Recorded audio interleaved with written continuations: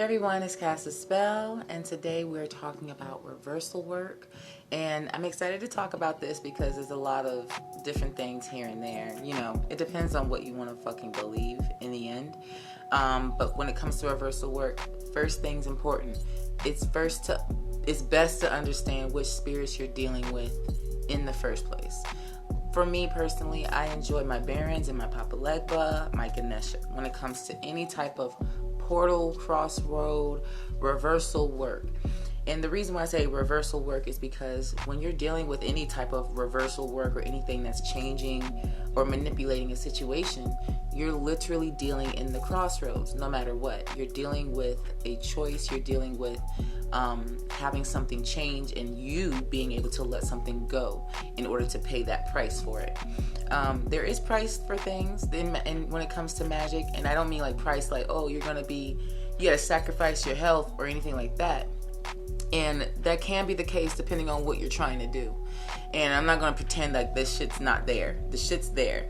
It's not to be afraid of. You have to, again, understand what spirits you're working with first. And be intimate with these spirits. Understand them. Get to know them. And also understand how they're fragments of yourself. So the more intimate and the more you understand the spirits that you're working with, the more you're going to be already in tune with what kind of sacrifices or offerings that you want to, be able to implement in your magic, that you want to let go and offer up. You know what I mean? So those offerings make a difference, especially if you already know the spirit. So going back to the price aspect of your reversal work, everything has a price. The sooner you understand the give and take aspect in magic, the sooner you're going to understand that, again, all of this has a price, and that's okay. You get what you pay for. That's a whole spell in itself. So in order to receive something must be taken, and that's okay. So that's what offerings and sacrifices, that's part of the huge meaning of that. That's why every offering and sacrifice had a meaning behind the shit. Like when niggas would go hunt for their sacrifices and their offerings in the mountains and they would bring that shit back, it meant something because of the toll that it took on them, the effort they put into each sacrifice and offering. Okay? Or they would sacrifice their children. Of course, they don't want to fucking sacrifice their kids. You know what I mean? But to sacrifice your fucking kids is a huge intentional sacrifice, and it's for a reason. It had a purpose. Damn, this means something. Like the more it tugs on you in terms of meaning, how much it means to you. That's what makes the sacrifice. Sacrifice is necessary because you're at the crossroads. You're at that pinnacle part where something has to be given and taken away. Okay, so understand that when you're working in reversal, when you're working in manifesting anything, offer something. Actually offer and sacrifice it. It's okay. It's necessary. And it's going to make the world a difference in your work. The more you don't feed your shit or don't sacrifice to your shit, your own shit, mind you. That's why sacrifices and offerings mean so much. It's the willingness. It's the ability to allow something to be let go. That's that sacrifice. That's the real sacrifice. Because none of this shit here is real. We already know that. But the ability to let go of the illusion of it. But yeah, in terms of your reversal work, I have so many different types of candles you can use. You already know I'm a candle maker, a candlestick maker. And I got my penis and vagina, my phallic and womb reversal candle.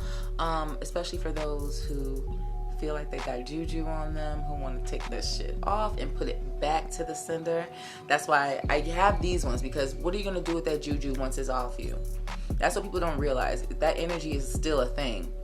You have to do something with it, and you've already took it off you. So what are you going to do? You flip it back onto the other who put it on you in the first place. You know what I mean? Like, you have to give it direction. You have to give these spirits direction, give this energy direction. That's why it's to flip it right back onto the other person, to the person that did it in the first place. So don't let that shit just wander around causing who knows what the fuck. Give that shit back nicely. Light the candle. I also have the pillar candles, my fixed pillar candles, because I personally enjoy heavy machinery when I'm doing my magical work. Okay, candles work just fine. It's not an issue with regular fucking candles. But it's the difference between regular candles and fixed candles. Fixed candles already have an intention. They already have a set goal in mind. They already have a purpose. Okay? They were made to do this exact kind of thing under whatever its umbrella is. A regular candle is like a shovel. A fixed candle is like a bulldozer. So that's why I enjoy my heavy machinery candles. And personally, my road work opening candles are fucking ridiculous. Like, if I need shit pushed through, if I need to work some fucking portal shit, some reversal shit, whatever the fuck, I actually gonna be reversing as much as you think. I take it. I'm like, oh, give it to me. Yeah. I'm like, what can hurt more than this existence? Nothing.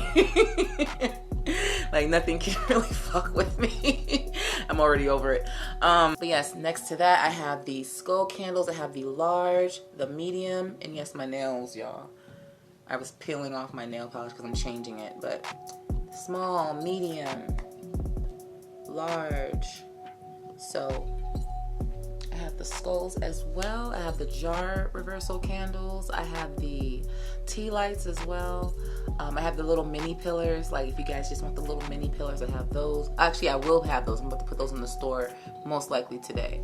So yes, when you're doing your reversal work, make sure you allow something to be let go, to sacrifice something if you want something to be received. And that give and take aspect in magic is not going to go away just because you don't like it. So expect to sacrifice, expect to offer, and allow it to mean something to you, because none of these sacrifices have value unless you place the value on it.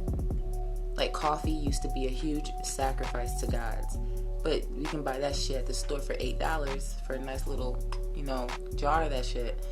It's not as big of a sacrifice because they did the work to go acquire it.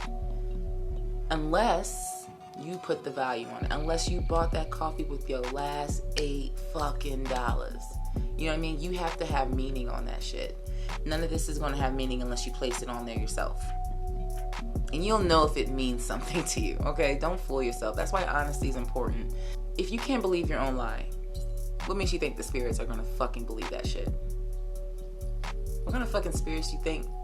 How do you think spirits work? They're fragments of you. So if you're lying to yourself, the spirits know you fucking lying. They gonna act a fucking fool, and you're not gonna be able to do nothing about it because you're being dishonest with yourself. So yeah, I just wanted to talk a little bit more about reversal work. I definitely go more into detail about this kind of thing in the Kast of Kastas Pell on occultcornerstore.com. Okay, so if you are interested in joining the Kast of Kastas Pell, where we refine our own craft, where we get out of this bland state magic is in, honestly, like, magic and how it's being portrayed is this bland general thing, and I'm into creating your own craft, creating my own craft, how I create it, and working through our own shit. I'm not here to do the same thing over and over and over again that my ancestors have done. Like, I'm not going to eat from their fruit of the tree. I'm going to use the seed from their fruit, from their tree, and plant my own tree. That's how you keep it going. You don't stay in the same spot. That's why hoodoo is such a beautiful thing. They created that craft with what they had. You know what I mean? So when you're creating your craft, understand it's not supposed to be the same thing as the last person or your ancestors. Allow that shit to grow. Plant the seed from the fruit that they grew, and allow your own craft to grow. I'm telling you, this is how magic is supposed to work. So that's why I have the Kast of Kastas Pell. So if you want to join it, creating your own craft, working hard, diligently in your own craft, talking about the shit that actually matters in magic, and not just talking about a pretty candle. Like, I got pretty candles, yeah, but I like to go into depth. I like to talk about deities, creating your own deities, why it's important, and all that shit. So if you are interested, make sure to go to Occult Corner Store, join the Kast of Kastas Pell, and I